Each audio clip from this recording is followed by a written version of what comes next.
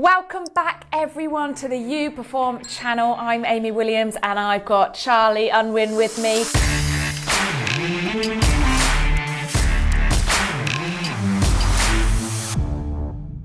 So last week we chatted about our performance and how to control that. We did an exercise together with some triangles with our thinking, our feeling and our doing. Now this week we're talking about controlling the controllables, and you've got a bubble exercise for us. We have. What is this? Well, and again, you're going to be doing that for us. So we'll come on to that in a minute. But I know this idea of controlling the controllables is really important to you. And by the way, if you go back to that triangle that you did last week, this is really focusing on that thinking part, which is very often the part that people feel, really out of control. Their thoughts just start jumping from one thing and another. And your example is that you start to question yourself and question really simple things sometimes. So we're going to explore, using the bubble exercise, how just one technique for being able to manage our thoughts more effectively. But I know controlling the controllables is something you've spoken about a lot, and it was a really important thing for you. Yeah, I mean, it became this mantra in sport, and I think a lot of people have used it, these control the controllables, and I use it now when I go off and do business talks with people and talk to businessmen. You can only control the controllables. For us in our sport, the controllables could be, I can't control the weather. I can't control what the other athletes are doing. So it kind of links back. I can't control how fast another girl has gone down the track, but I can control me, my thoughts, my feelings. So it really was this little mantra: don't stress about the weather. Don't stress if it's about to snow, because it's snowing for everyone. It was that kind of a thing, just to kind of take check of your own thoughts and feelings. And how many times have we seen people in gold medal position, especially sports like skeleton, which are so exciting at the ends, and there are very few people in the world who've experienced what you've experienced going into that sort of gold medal run where you're the last to go. But that can easily make you think differently, to start thinking about the possibility of doing this amazing thing. And of course, the more you've invested in that and the years building up to that tiny point in time, the more that pressure almost gets concentrated to that moment. And therefore, the more important our capacity to feel confidence about our routine, what we're thinking, and how we manage how we're feeling. I think that's the thing in an Olympic sport. People forget that it's a 4-year build-up. You have from an Olympic Games that you maybe missed out on, and for me, I missed out on the Turin Olympics in 2006. So from that day, I had 4 years until my feet were going to be on that start line in Vancouver. And like you say, pinpoint into this one moment in time, your very last run, I've got 1 minute in front of me of the last 4 years coming together to either perform or not perform. Wow, yeah, incredible. So I'm really excited about doing this exercise, because I think we're going to learn a lot about you through doing it. Before we get into the exercise, if it's okay, I just want to share a quick story that kind of brings to life what we're trying to do here, I suppose, and how easy it is from a very young age to start getting this wrong, and what we can be doing as we're developing as an athlete to start thinking in this way. For me, so shooting was obviously a part of the sport that I did, and shooting was actually something I did from a really young age. At the age of, it must have been 10, 11, I built my own shooting range at home. I lived on a farm, so it was okay, and we're talking about target shooting as well. So I built my own range and I started to practice the sport of shooting, and I loved it. It was great. I could do it for hours. I started to invite other kids in from the local area to coach them, because I wanted, friends maybe, and I wanted to share with them what I was learning. And over time, it became sort of very evident that initially all these kids kind of improved at the same rates, because I was giving them stuff to think about, giving them stuff to focus on, and by and large they did it, and as they did it, they got better. And then as expectations started to creep in, as they knew that they could achieve that score and really they should be beating that person next to them, they started to think more about the results, what was going on at the other end of the range. And shooting's a wonderful analogy for this, because you've got the outcome end of the range and you've got the input end of the range. And there is this clear differentiation between these kids who remain focused on the quality of what they were doing on this side in their inside performance, and then the kids who every time they took a shot, they'd crane their neck like that to look to see where the shot went. Of course, the moment they did that, they were unaware of what had led to the outcome. So really they get very little information, data back that allows them to build this awareness we're talking about of what good technique feels like, you know, and how my thoughts and emotions actually affect my ability to do something very simple. So now ramp up the pressure, which we did by offering jelly babies. That normally works. So now we're doing a competition. It's not a gold medal, it's a jelly baby. It was enough when you're 12 years old. And suddenly this effect almost amplified. It got even worse. Start putting pressure on kids. And of course, the same thing happened. You've got the kids who are kind of, you know, take a shot and immediately looking there. And of course, what's happening inside of them is that they're experiencing this roller coaster of emotions and different thoughts with every shot they take, whether it's a good shot or a bad shot. And so the performance is controlling them, whereas with the other kids who maintain focus on what they were doing, on their routine, on maintaining a nice simple flow, on staying relaxed between every shot, taking a deep breath. The kids who focused on that, it didn't matter how good or bad the shot was, because they knew what to come back to every time, so they were always in control. So for them, they were controlling their performance. Makes sense. Yeah. But only when you know. Exactly. And that's it, isn't it? And that's what last week was all about, is we've got to understand what this looks like, and we almost need to see it on paper and talk about it. Cool. So are we going to do this exercise? Let's do it. You've got your pen, you've got your paper. I'm a little bit nervous about what you're going to ask me to do, but I'm up for the challenge, and hopefully everyone at home can grab their pens, grab their papers, and do this exercise that you're about to explain to us. This is going to be great. Right, so the first thing I'm going to do is I'm going to draw not a circle, but a bubble, okay? And I want you to all do this as well. And this bubble represents your performance. So the reason I like calling it a bubble rather than a circle is because imagine a bubble, a big bubble in front of us here. If you put pressure on that bubble, by and large, it can kind of mold and shape, you know, to that pressure. Put too much pressure on it though, it bursts. And this is kind of what happens to us and what it can definitely feel like when we're put under too much pressure. So there are two things that we can do. The first thing that we can do is we can try and release pressure from that bubble. So I imagine in your world, Amy, that an example of that might be, okay, I need my coach to know what works for me, because if they can go and do that, that and that, I can take it out of my mind. Mm-hmm. It doesn't have to be something I need to control. That's a simple example, right, of a way that we can release pressure. But of course there are some things we can't release. We can't release the media being there right next to you. We can't release the competitor or the competitor's coach saying something they shouldn't do to you before you're about to go down. Yeah. So these are things that exist there, and we're going to need to accept to some degree. The other way, so that's releasing pressure from the outside, but of course the other way is that we've got to strengthen the bubble from the inside, which is all about this theme that we've been talking about strengthening the quality, our awareness and our capacity to control what we can control. Make sense? It does actually, yeah. I'm like, I wish someone explained it like that to me 10 years ago.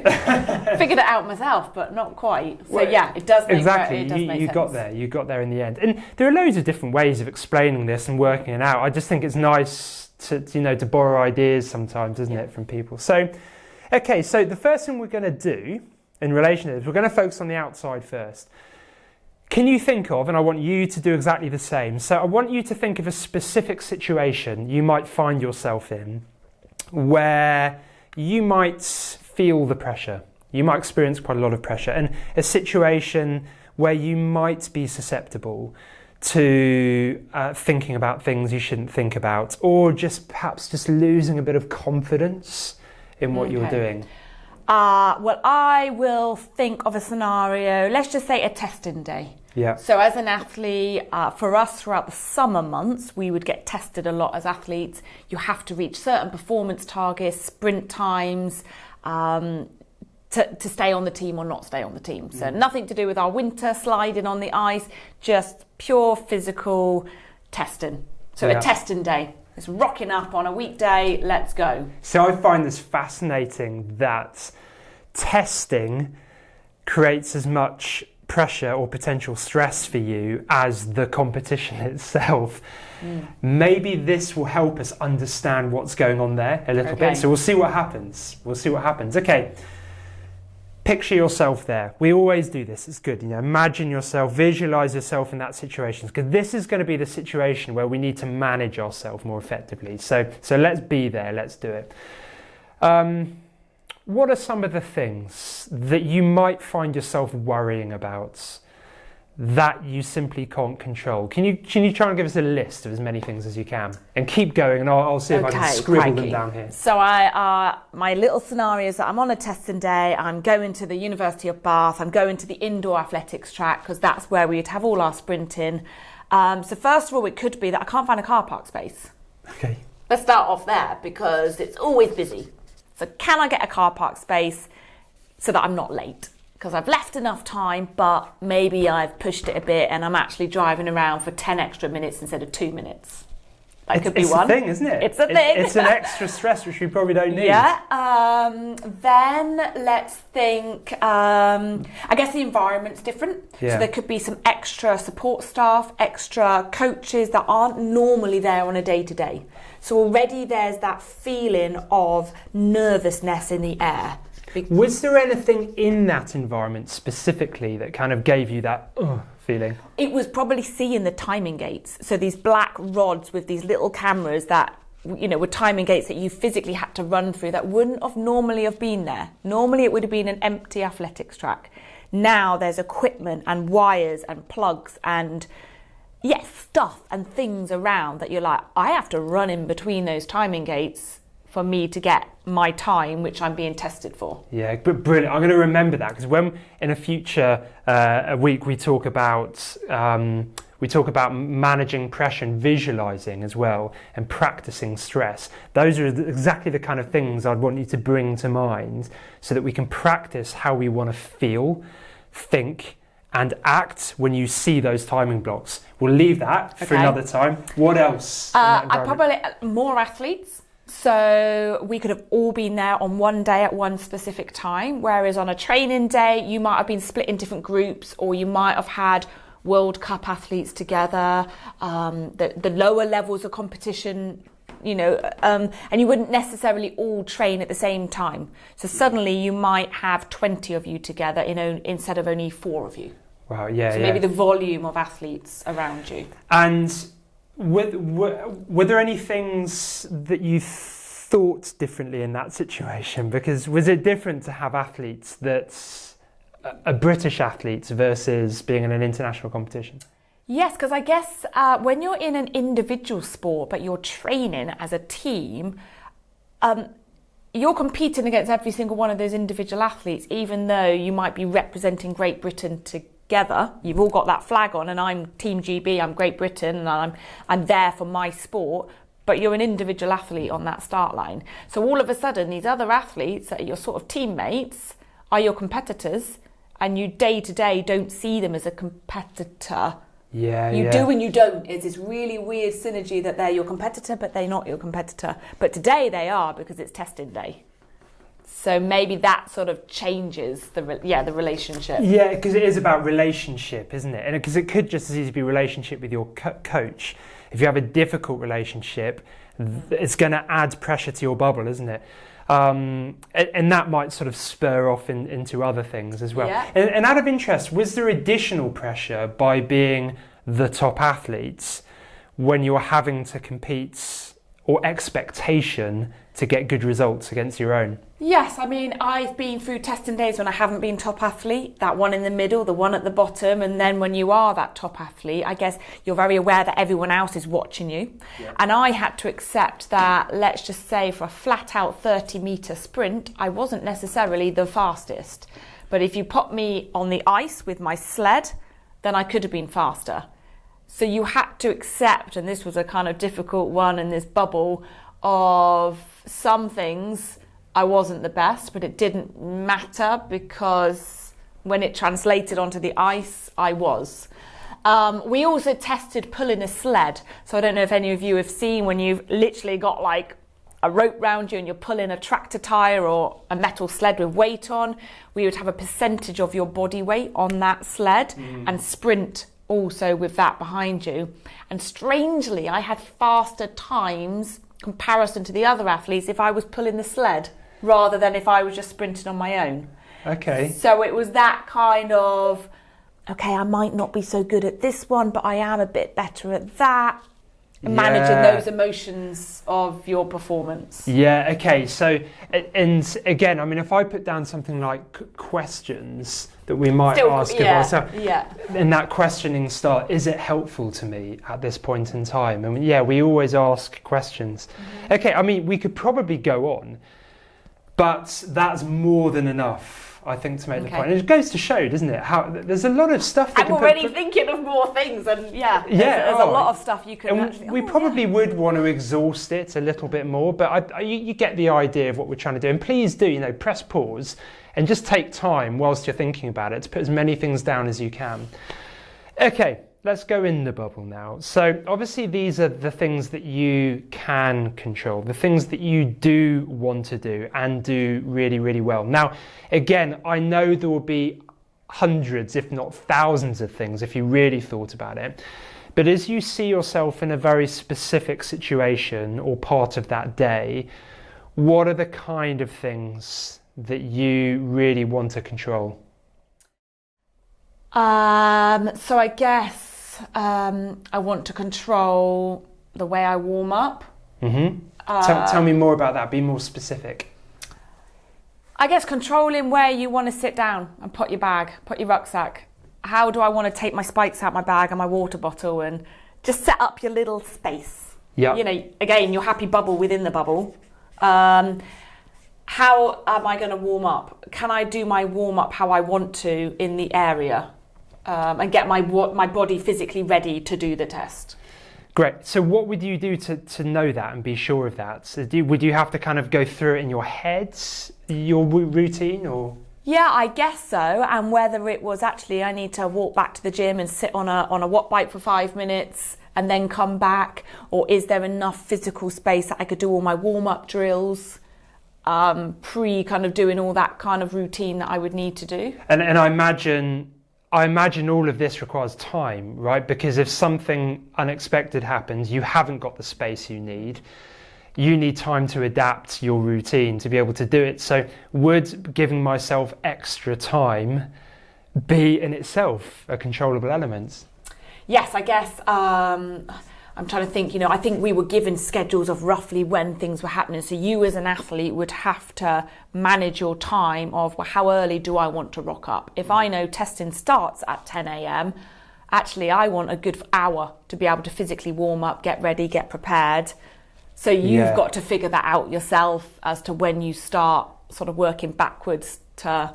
Which sounds really easy, doesn't it, sat here? But the closer you get to that pressure of competitional testing, the less inclined, weirdly, we are to really cleanly go through things in our heads, whether it's kind of kit. Have I thought about where I'm going to put my kit? Have I thought about how I warm up in a very tight arena? Have I thought about how I'm going to feel when I see the starting block and how I want to feel when I see that? So it takes headspace, doesn't it, to do all this? Oh, I guess if you're someone who always likes to stay and sit in the same spot, you're an athlete, you do athletics, you're around that athletics track and you always sit in a certain bit.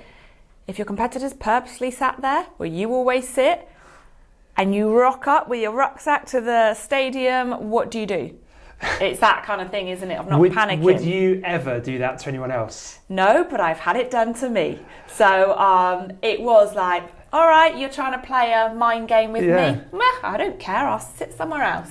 It's interesting mind games, isn't it? Because if you're going to play a mind game, you have to be very clear where you sit on this bubble, because the moment you start to take yourself out of this, what are we doing? Look, we're focusing on other athletes. So we have to do that in a way that's completely in our control, in which case we have to be very premeditated. But it's that mantra right to begin with that we said, control the controllables.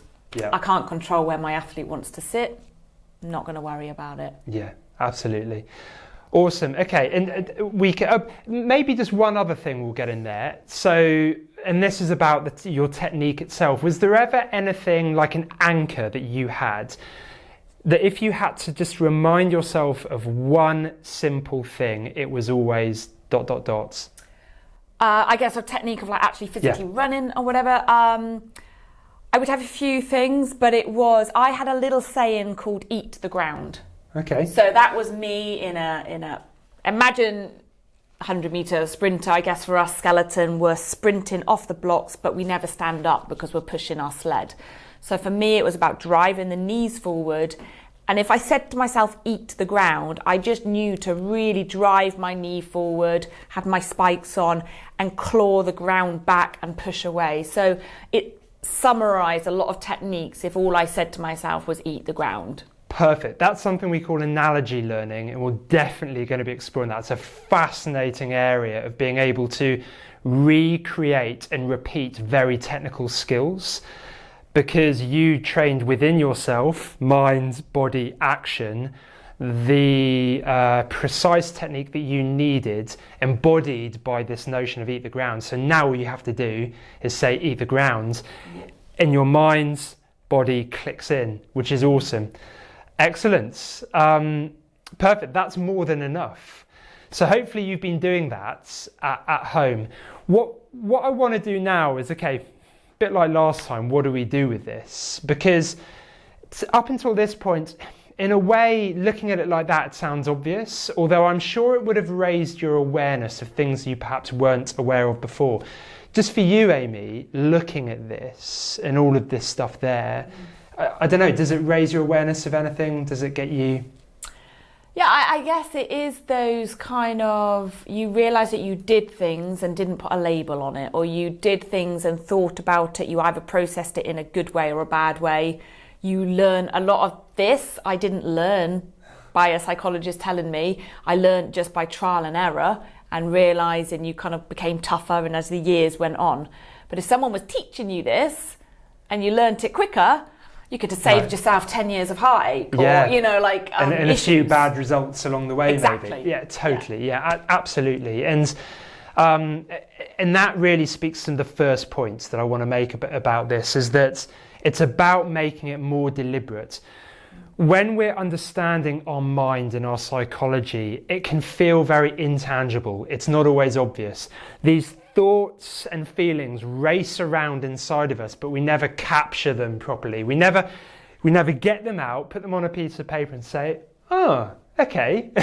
And don't underestimate the value of just doing that as well, because the first thing really is about the stuff on the outside. I think you probably mentioned it earlier, but acceptance.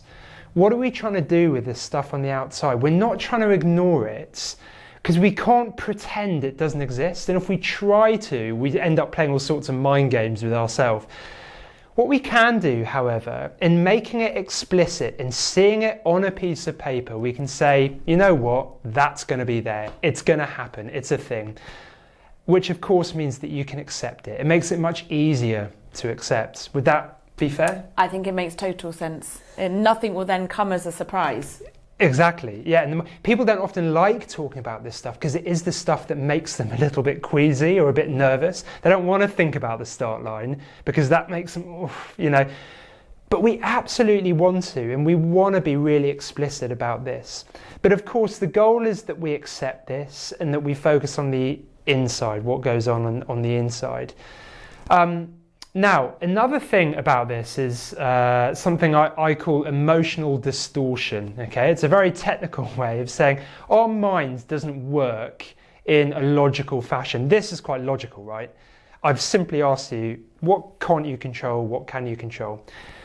Your brain will not interpret this or will not represent this in this way. And there's a reason for that. Amy, when you look at all of this, would you say it's the stuff on the inside or the stuff on the outside that makes you feel more emotional or scared? Oof, probably the outside. Yeah, I was hoping you were going to say that. Because that comes to your mind a lot quicker and easier than the inside. Thank you, because that's exactly how the brain is wired. So we are 4 times negatively biased. And the problem is that all of this stuff is the stuff we can't control, which means the brain is scared of it, effectively. In order to survive as cavemen, we needed to be much more aware of threats than we did, for all these niceties in the middle. So, a lot of neuroscientists say that this sort of negative bias is about 4 times stronger inside of us. So, that is the equivalent of taking this and making the stuff on the outside about 4 times bigger than the stuff on the inside, which you should now be able to see. And it looks crazy, doesn't it? Suddenly you're struggling to read the stuff in the middle, and the stuff on the outside is like massive. It's demanding your attention. So that is why we do this on a piece of paper, is because this is real. Okay, and we can deal with this. Yes, that stuff's there, we can accept it. But your brain, okay, if we don't do this on a piece of paper, is going to amplify all of this stuff. So that's what we call by emotional charging. Did you ever experience that? Was that something? No, not in the sense of you kind of saying it in that way, but you saying it, I mean, it's all making sense to me because I have thought and felt all of that. And you're right, how the outside ones, now they're written down, were definitely the only things that you really ever thought about, and definitely were the negative battles that you had to get around every day as you were competing. Yeah. And very often by trying to ignore them or pretending they're not there, they just kind of existed in the background. They're still there. Yeah. Brilliant. Well, I mean, I think that's more than enough at this stage. The only thing I would say is that going forwards, there are lots of ways of being able to amplify the stuff in the middle. We can use techniques like visualization to help us tune in to those controllable elements. We can shift the way that we feel about that start line such that it draws us into what we can focus. Therefore, we're going to feel excited rather than scared. But hopefully that's more than enough for you to get you thinking and reflecting. To be fair, absolutely fascinating stuff. I have loved you going back into my head and back into... well, thank you for sharing it with us as well. Yeah, hopefully I haven't scared people off what goes on in my head. But yeah, really interesting stuff. Next week, what are we going to be doing? What are we going to go through next week? Yeah, I think a lot of this is about thinking positively and being able to train ourselves to think and focus differently. So we're going to expand that area of positive thinking, positive feeling, positive doing. So we'll look at the advances in positive psychology as a really important approach to what we do and how we can train ourselves to do that more effectively. Even if you're the kind of person that likes to focus on your mistakes a lot and you get yourself quite down sometimes about what you're doing, we'll look at how we can train ourselves to almost rewire what's going on there. Okay, a negative to a positive. I love that. So thank you very much again for joining. Thank you, Charlie. We've loved having you with us here at You Perform channel. Please don't forget to click on the bell, get your reminder in for next week. Don't forget about the positivity that we've got coming your way. So once again, thank you for being with us. Take care.